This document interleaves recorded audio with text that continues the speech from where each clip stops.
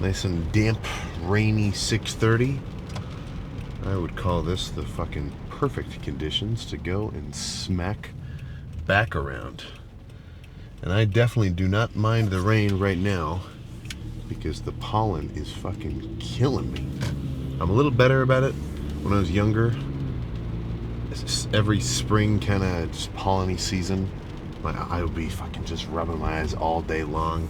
Looked like I had well, I was about to say looking like I had an allergic reaction. Literally having an allergic reaction. Like, I'm not talking anything serious. This isn't EpiPen level stuff, but it does kind of suck. So, whenever it rains, of course, kind of takes all the pollen out of the air. A little nicer to be outside. So it's like, even though it's warm and sunny, I almost feel like this doesn't count as summer. At least not for me, until I can really get outside and enjoy it. I'm talking biking around, fucking getting air in my face, and not having to worry about the fact that I'm going to be freaking exploding my nasal cavities into paper towels for the next few hours. But yeah, plan now. Back. You know the deal. You already know the deal if you've seen some of these. Pull downs, rows, fucking... Oh, there we go. Yeah, pull downs, rows, pullovers. Today might even be a little bit of a lighter day. It kind of depends on how I feel when I get in. But I can... Yesterday, during chest, I could still feel my back from the last back workout I did. That real heavy one where I was doing like 5 plates on the row machine and fucking the pull downs. Kind of heavy, nasty. And then the heavy T-bar rows. That was a really good back day. And I don't mind contrasting lifts back and forth with each other. If anything, I think it's probably not, or not even probably not, it probably is a good approach, right? Maybe one day do a real kind of heavy focus day, lean towards a bit more heavy working sets, tons of tension, really fucking pushing yourself to your, your maximum force output.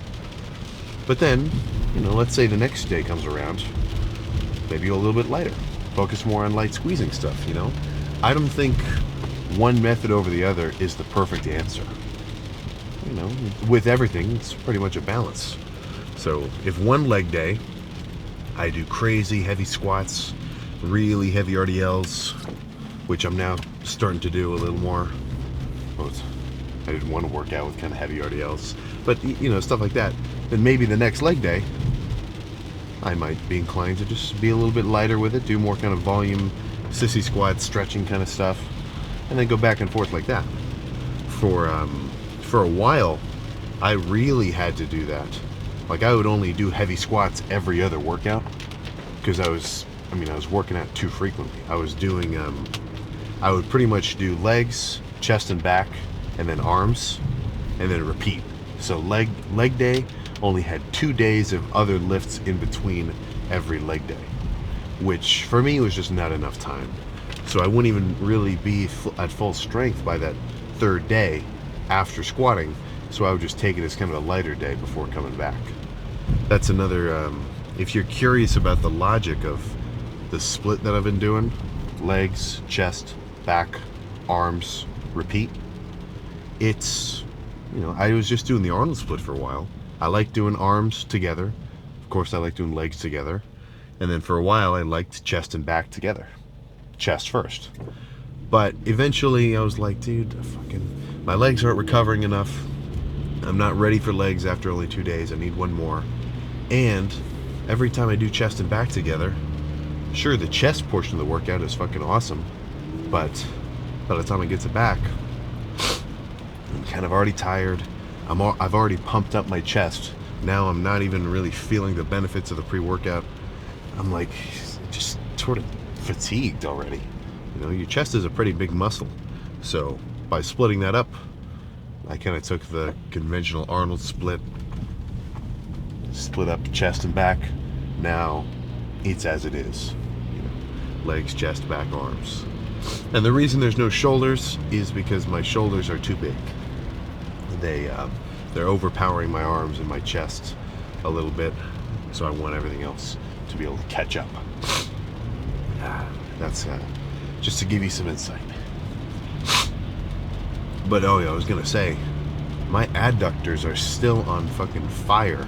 It's been 2 days since that last leg day, and I wasn't even doing anything crazy. Like, those sets weren't even like failure every set.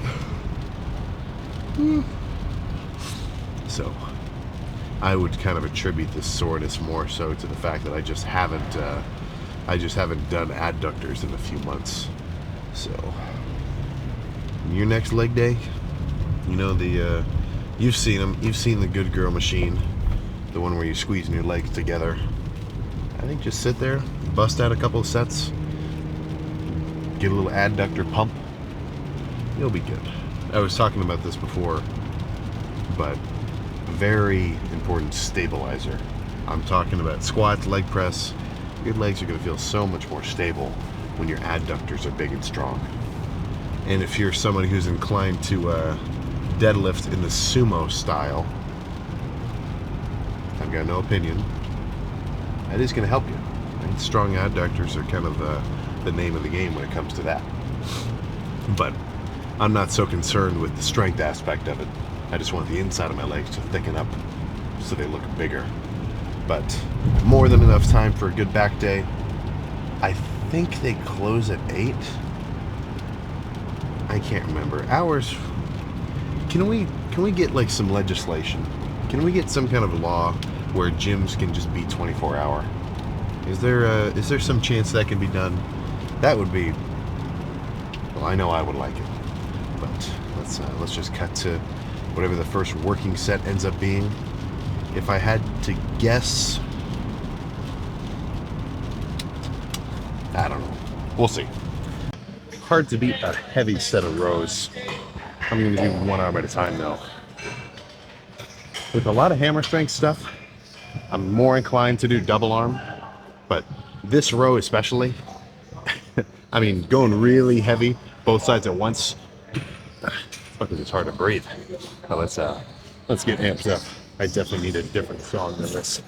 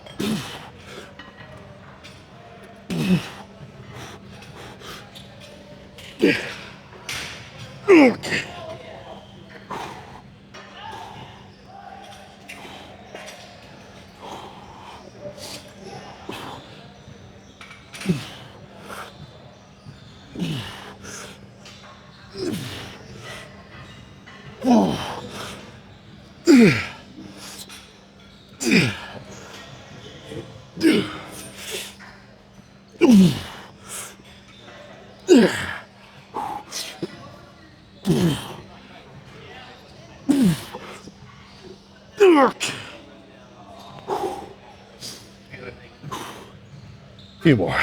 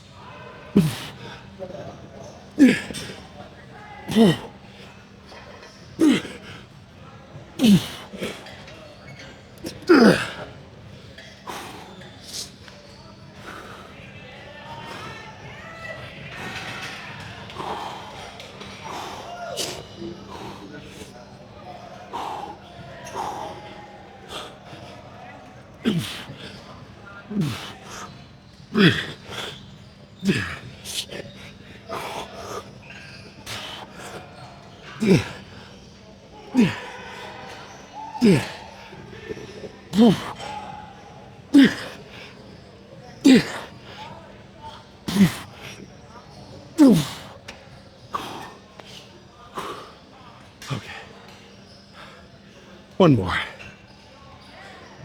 One more. So these sets aren't so slow, controlled, squeezing focused.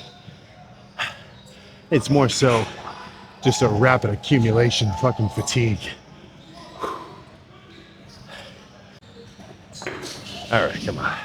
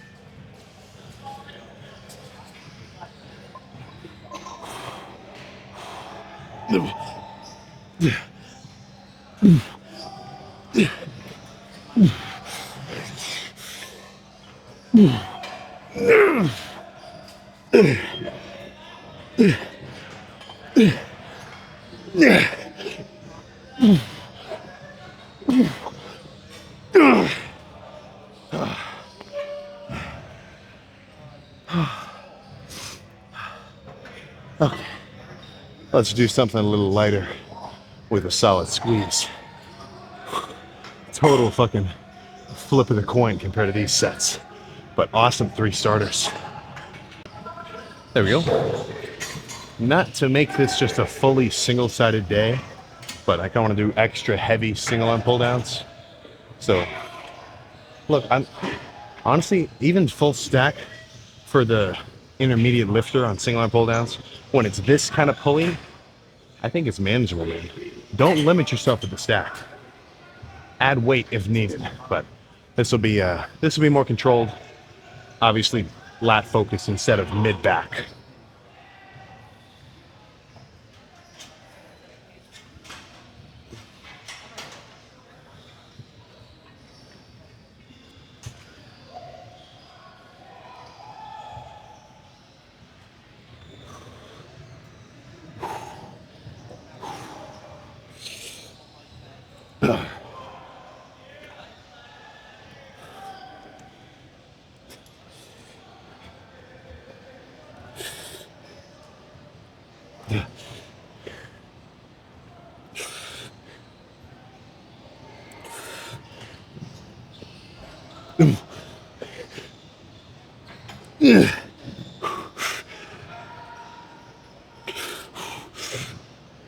Keep going. Keep going.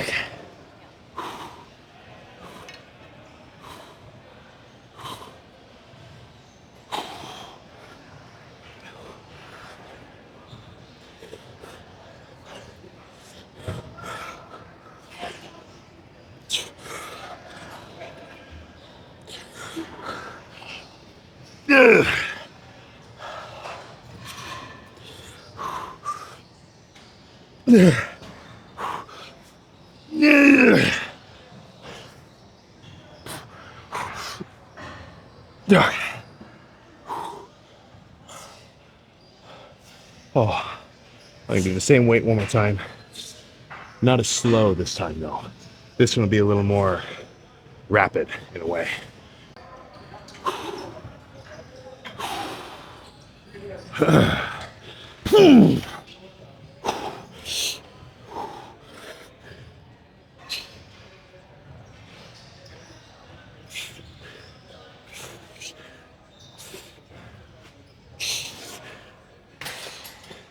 Yeah.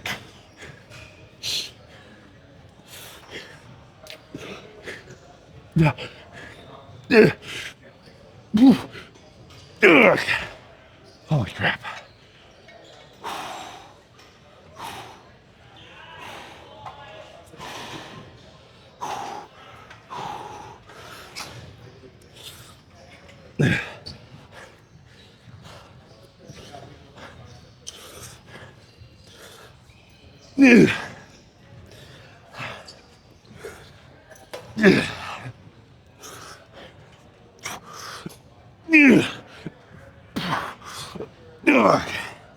Oh. Okay, those were good. I'm all done here. I think I'm gonna finish, well, not finish, but do 2 more sets of something more trap mid-back bias, some kind of row, and then finish with a pull down. Oh, but I cannot stress enough, developing a solid mind muscle connection. I know it's just a fucking classic buzzword. It's gonna help your fucking training. Because for me, especially with straps, big help, I don't feel like I'm pulling this handle with my hand. That's not the signal I'm sending. And being able to actually imagine what's doing the work is also going to help. It's very kind of visualization sort of based, but I'm not pulling with my hand. I literally feel like my mid arm is where I'm pulling from, because that's where my lat attaches. That's where it's really pulling from. So I'm not thinking pull with my hands. I'm thinking like pull this part of my arm down, and my hand is just acting as a connector, which very easier said than done. But try to think about it, because the longer you lift, even if you've got no fucking training experience, you'll eventually get pretty fucking good at specifically targeting muscles on your body to kind of fucking flex. To the point where, like, when I edit these videos and I watch the sets of me doing back or something, I almost instinctually like flex my lats. And that's just maybe because I'm fucking probably a few levels too obsessed with this stuff. But it definitely helps the progression. So let's move on to, I think I know what. I think I know. Yeah, this is what I like here. So a little bit funkier, and honestly, I'm gonna change these a touch. So with a standard row, be it cable, machine, whatever, it's typically like this. Wherever your hands are, you're pulling directly towards your body and back. If you have a wider grip, you kind of get a little bit of, you can kind of squeeze inward a little more, but for the most part, V-bar, narrow grip, you're right about here. So I like doing these because now what I get to do is fucking have my hands be kind of angled outward like this. So I can really kind of pull not only towards myself here, but I can get kind of an extra level of contraction by pulling inward as well. So it's almost like, I feel like a standard row is back's equivalent of a press. You know, you're just pushing weight out, having it come back down. Very linear. Whereas something like this, I feel like is a little bit closer to your back's equivalent of like a fly. Because you still get a lot of tension, of course. Big stretch. It's pulling my arms out to the sides. And then I get to concentrate and squeeze inward like you do with a fly. So it's not magic, of course, but I do like a set like this. And I can really feel my shoulder blades contract at the back when I do it. If I had to give you one tip in terms of what I'm thinking of, like my visualization when I'm doing these, I'm trying to feel my elbows come back around and touch each other. Now they're not even gonna get close, but that's what I'm visualizing.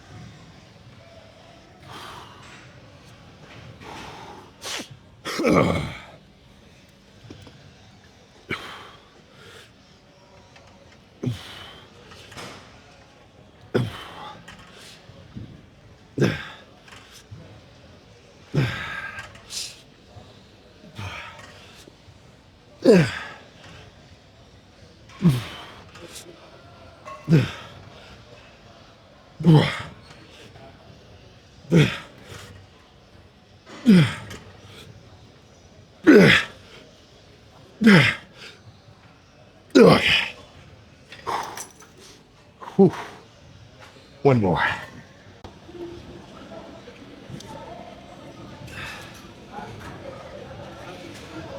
There we go.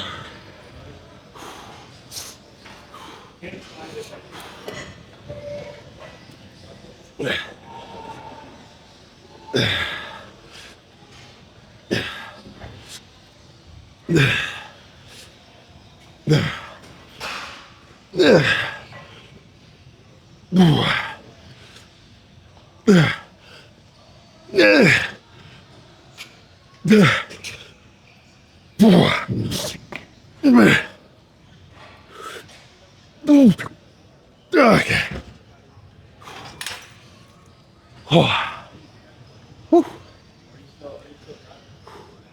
Let's finish with some pull downs, then we're done. Back is, well, I don't need to tell you. I don't need to tell you what back is, you know. Yeah. Set of kind of wideish grip pull downs. This is a funky machine, but it still feels pretty good.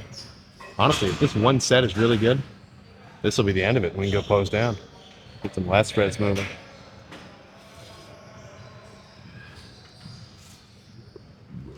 All right.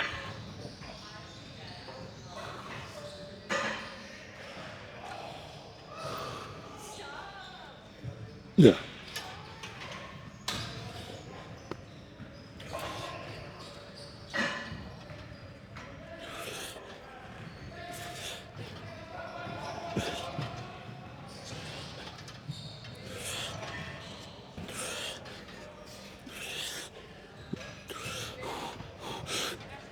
Yeah.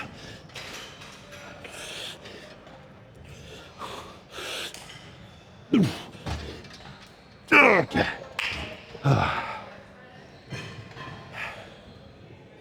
Let's pose down. Yeah, there we go. All right. Fully pumped in what was only, well, 3 sets of hammer strength rows, 2 sets of single arm pull downs, 2 sets of seated rows. Wait, 3, 2, 2, 1. 8 sets. It's about right. I kind of hover around there, and it's not a bad number. If I were to do 6 sets and I was fully pumped, I felt like I was done. I'm fine with that. And if it were to take me 10 sets to be fully pumped, I'd be all right with that as well. That's kind of the range that I like. Makes a lot of sense. Feels right. Seems to work. You know, that's what really matters. If you're not making any gains, then what you're doing isn't working. But let's not chit chat while the pump diminishes and see how it looks.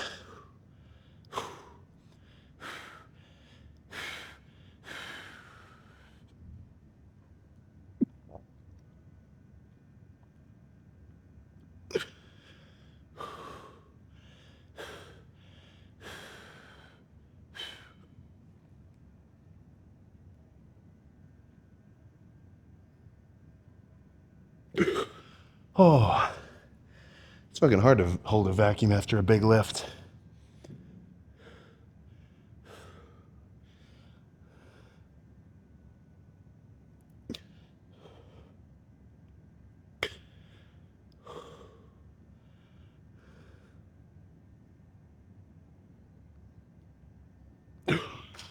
Oh my goodness. Well, back fully pumped. Triceps. Holy crap. Hey Google, enhance image, crop in. Is that a tricep feathering I see? Is that tricep feathering? Let me hold it real tight. I don't know, that's getting a little freaky. Just a hint of a little shadow. Not super noticeable, but still, little things like that, man. That's what makes the fucking journey of it cool. Even when I was a beginner, I remember the first time I took a picture of me doing like a kind of a lat spread. Like we've all, you take your phone, you're doing one of these through the mirror. The first time that I ever saw see how the rear delts are kind of poking out and how you can see some striations like up in this area, like with the, kind of like the demon face in a way. The first time I saw even a hint of that, like when I look back at it now, it was like so subtle of a shadow. But the first time I saw that, I was like, holy shit, I'm fucking huge. I was a 180 pounder at the time, Don't forget, if you're making progress and you're gradually making gains over time, it feels so fucking good. And in a very fucking comparable way. Me having a good chest pump right now, I'm just as fucking amped up and happy posing down as I was when I was a 180 pounder as a beginner lifter, holding my phone here in the gym locker room at my school, doing like a side chest. So as long as you're growing and as long as you're having good pumps, you get to see yourself pumped pretty nearly every fucking day. And you pumped up, that's you, that's literally just a glimpse into your fucking future. You know, fast forward 6 months or a year or however long, my back may be this, this big, completely cold, no pump, no nothing. But I get to see myself extra beefy now because I got it pumped up full of blood. So just, it's just kind of fun. Let's get a vacuum going and then we can get out of here.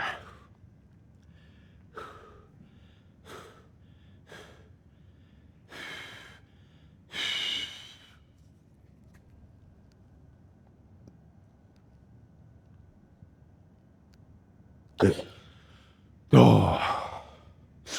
Speaking of vacuums, if you're curious on how to do it, you just get the gist over time. I mean, blow all the air out of your belly.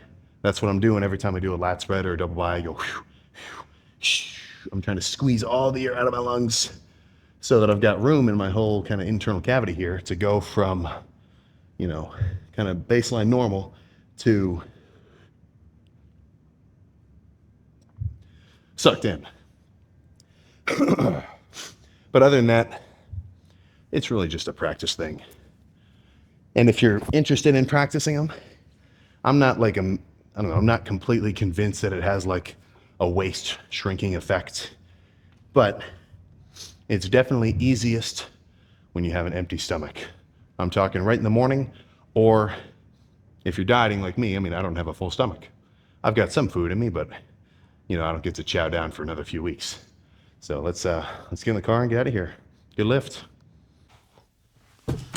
Now that's a back day. That's a back day I can stand. That's a back day I can stand behind. I was about to say stand in front of since it's my back. Yeah, so I would stand in front of today's back day, not behind it. But either way, very good. So one little note, one little kind of quotey quote that I want to emphasize. The sooner, no, not even. Eventually, everyone should, maybe not everyone does, but everyone should come to the realization that you are in complete and total control of how cool or how shit your life ends up being. Now, of course, everybody's got their own setbacks and different starting positions. Some, you can go from comparably like a schmuck to a Rothschild. And this is a kind of an unfair world we're living in. You can start in very different places. But it's kind of up to you, man, right? You got to play your cards right. So when I say eventually you're going to come to a realization that your life is in your own control, you should try to come to that realization as soon as fucking possible. Because if you get a grasp on that too late in life, then that's not a realization of fucking untapped potential. That's a realization of regret. And you're like, oh crap. I guess I probably shouldn't have wasted so much time doing nothing. Or maybe I probably should try to do that thing. I really like doing it. I decided to put it off and focus on this, that, or the other. It's kind of that's not really coming from a place of experience. I mean, I'm fucking kind of a scrapper compared to any other real knowledgeable, wise characters. But I don't think it takes away from the sentiment of that idea, So what are you going to do tomorrow? What is your plan tomorrow? You've got you kind of have a little bit of a balance of, okay, you got to try to enjoy as much of your time as possible, but also kind of set yourself up for satisfaction and enjoyment later on down the line. So maybe don't spend all day getting dopamine hits of TikTok in between whatever the hell your other responsibilities are. Maybe try to go to bed early. Maybe try to fix all your fucking, clean your room up, get the kitchen straight. these, every time you hear like a self-help kind of guy or a, whoever, and they're like, just start by cleaning your room. Start by cleaning your kitchen. Start by organizing the space that you're living in. Or any military guy, right? Same shit. Wake up, make your bed every day. I don't make the bed every day, but I've been trying to keep it reasonably clean. I've been doing my laundry well. If you're a longtime viewer, you know I have a little bit of a problem with that. But what that does is it kind of sets a precedent that your first tasks of your free time isn't just, random shit. I don't have to come home and say, oh crap, I got to do this or whatever, because it's already done. I can do what I want to do. Now, some of that may be kind of workish, but some of it can also just be fucking, fun. That's one reason why I definitely love preaching the 30 minutes of cardio, because that's 30 minutes of dedicated phone time. I'm not saying that you need to be an Alex Hormozy where he's talking about or an Elon Musk where he's like, yeah, so I sleep about 18 hours a day. I wake up and I work and I go to sleep and I work. I guess if you could do that and you can channel that much energy into something, you're probably going to at least do something cool. But no. But if you can limit the amount of time that you just kind of waste each day, then you're probably going to have a little more time to do whatever you want to do and not feel so pressured to do it. There's kind of a self-inflicted anxiety that you get when you probably should be doing some shit. Like, oh crap, I was meant to do this today. Oh, I got a call. Oh man, you haven't done it yet. I mean, that's where most anxiety comes from. It's not from having a to-do list. It's from having a to-do list that you're not doing.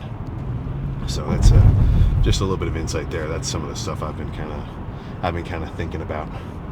Because if you ever want to do a fucking, not even work, let's say you want to have fun one day, right? Let's say you want to line up like a little outing or something, and then you're like, oh crap, I gotta fucking, oh dude, my house is a mess, man, I gotta do whatever.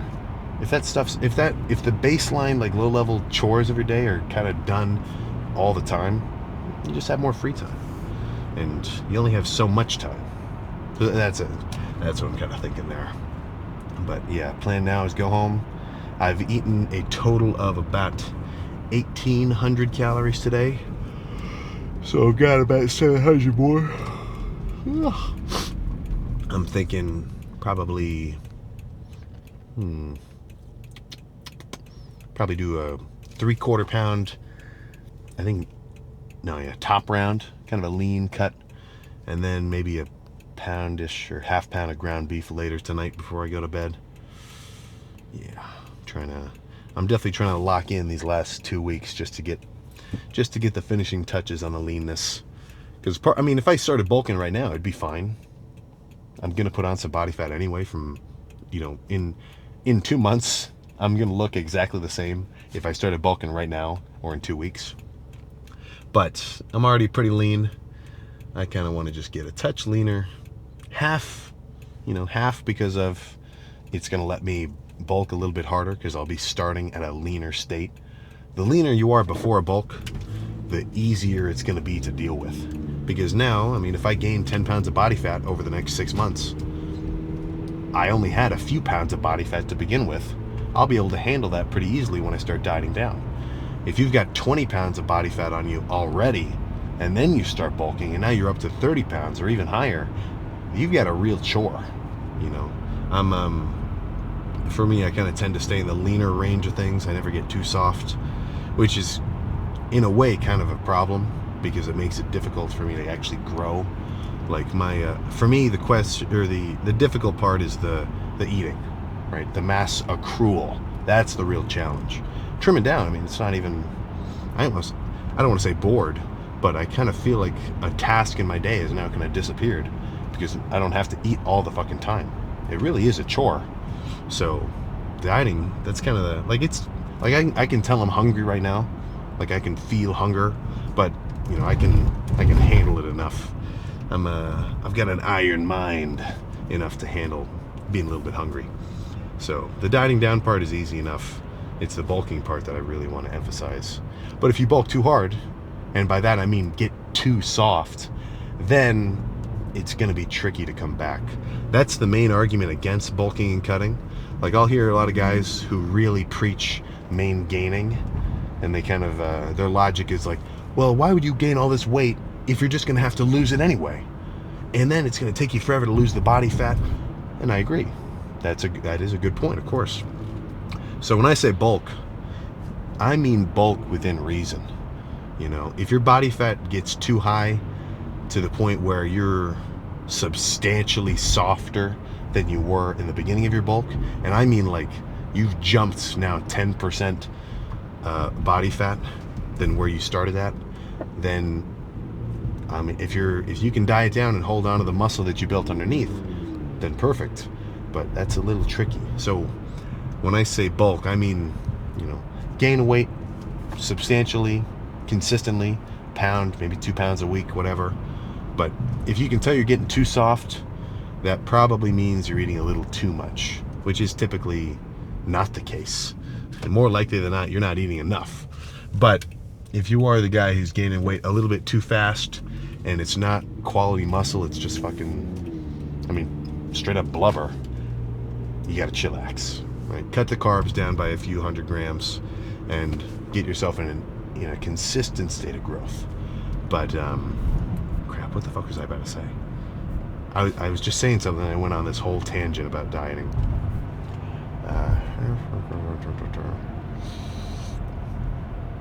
What the fuck? Nah, whatever. And then, in terms of also maintaining a reasonable body fat on your bulks, I like the cardio, man. I think the cardio, year-round, 30 minutes, nothing crazy. Like, wake up in the morning, go, I mean, you could just go on a walk as long as you calculate the steps and it counts. You break a sweat, I don't care. As long as you got a period of time where your heart rate is elevated for like 30-ish minutes. I always kind of do about 300 calories worth. That's just what the machine says. It's kind of just a number I like. It seems right to me. It's not like based on any calculations or my VO2 max or anything fancy. But yeah, dieting, of course, you're going to be able to eat more food, but still burn it off a touch. Because that's what you're, I mean, apart from maintaining your cardiovascular health, plus getting your heart and your lungs pumping, which is going to improve your training, it is going to help you get leaner. And we all understand this in a dieting context. Everyone understands, okay, what should you, if you were to ask someone, like, not even for them, but like, what should someone do if they're trying to lose weight? Even if you're not a lifter, everyone knows. Eat less food, eat less calories, do more cardio, go on runs. Right? It's pretty fucking basic shit. So, even in a bulking context, I think I'm gonna keep doing it. I'm going to keep doing it, at least. You know, I've definitely heard from some prominent figures, like, you don't need the cardio on your bulks. You get your cardio activation from the training itself. That's kind of some golden era logic, where they were doing tons of volume, hours upon hours, which, of course, is going to have a bit of a cardiovascular effect. But it makes more sense to me to split it up. In my workouts, it's not supposed to be a cardiovascular endeavor. And what I mean by that is I'm not supposed to be dying trying to catch my breath after these sets, because I'm not trying to hit aerobic failure. I'm trying to hit anaerobic failure. You know, I'm trying to get my fucking bicep fibers to get complete fucking failure pretty quickly. You know, the nature of reps, or the nature of the rep volume, that I think is pretty much what I'd call the sweet spot bodybuilding wise, growth wise. I'd say probably 8 to 20. If your straight sets are failure-ish or extreme burn-ish at like 8 to 20, I think that's about right. And you shouldn't really be dying after a set like that. Legs are a little different. I'm definitely going to be huffing and puffing after a big set of squats or hacks, or I think I'm going to get some more leg press in this bulk. I haven't done it for a little while because I don't really love leg press, or I haven't, but I think I've been missing out. Well, either way, I'll try some more leg press is all I'm saying. But I want the lifting, the gym portion, the real weights, I want that to purely be muscular stimulation. And then later on, the next morning, then do the cardio. It's just makes sense to me, because if you do your cardio right after the workout, this is kind of a little bit of a different take, but when you do your cardio right after your workout, I feel like you're just kind of stunting your growth in a sense. I just did let's just take this scenario today. Just did a really good back day, fucking heavy sets. I can tell my back is fucking wrecked. I'll probably even feel it tomorrow. Like if I were to fucking flex it, I could probably tell that it's still going to be a little sore and tender. So my back just got a solid amount of stress, because that's what the working out is, man. It's fucking stress. The pump is almost like just a fucking inflammation response to dealing with that. So what do I want to do after stressing my system? I want to let my fucking body recover and really overcompensate so that I can, be stronger, be a little bit bigger. Right now that I'm dieting down, I'm not going to grow. I'm in a deficit. There's really no room for meaningful muscle growth. If you're losing fat at the same time, you're really just holding on to the muscle you have. You might build a little, but for the most part, you're either in a fat loss state or a muscle gain and fat gain state. And there's not really a mix of the two. But the whole purpose of the workout, stimulate the muscle, and when I'm done, I'm done. I want to chill. I don't want to do anything else crazy. I want to go home, eat my food, hang out, do whatever. So that's why I like cardio as far away from the workout as possible. So if the workout was later in the evening, cardio in the morning makes the most sense to me. And if you're not a huge fan of trying to go to the gym in the morning and make it a double gym day trip, which I definitely fucking agree with, especially if you get an actual busy schedule.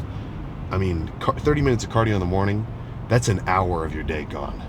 Because you've got to fucking get ready, you're driving, you got to get in the car, you're parked and you're probably playing on your phone for a second. You go in, you might talk, you got to go to the bathroom, you put your stuff down. Like, I do get it, it is a hard sell. So, but it does have benefits. So that's where I think getting a cardio machine at the house is fine. Odds are you probably already have one. How many houses in America have a fucking treadmill in the basement where you just hang clothes off of? No, I'm not a massive treadmill fan. I'm a much bigger fan of the seated cardio bike. And they're out there. Craigslist, your area, seated cardio bike, probably $50. Get your friend who has a truck to come with you to pick it up, throw it in the basement, throw it in the garage. I think that's got to be the best way to do it. I still end up going, but it's kind of just because I like the gym environment. But whenever I'm busy, I just use the one in the house, save myself the trip. So that's my take there. That's my take there. If I had to condense the lessons I'm trying to instill in you, the viewer, in you, the lifter, it's go hard, get a pump, do your cardio, get big. Those are pretty much the big four. So tomorrow's arms. I'm no psychic, I'm no what's the word I'm thinking of? I'm no fortune teller, but I can pretty much say with certainty I'm gonna have a nasty ass arm pump, which I fucking can't wait for. So I'll see you then.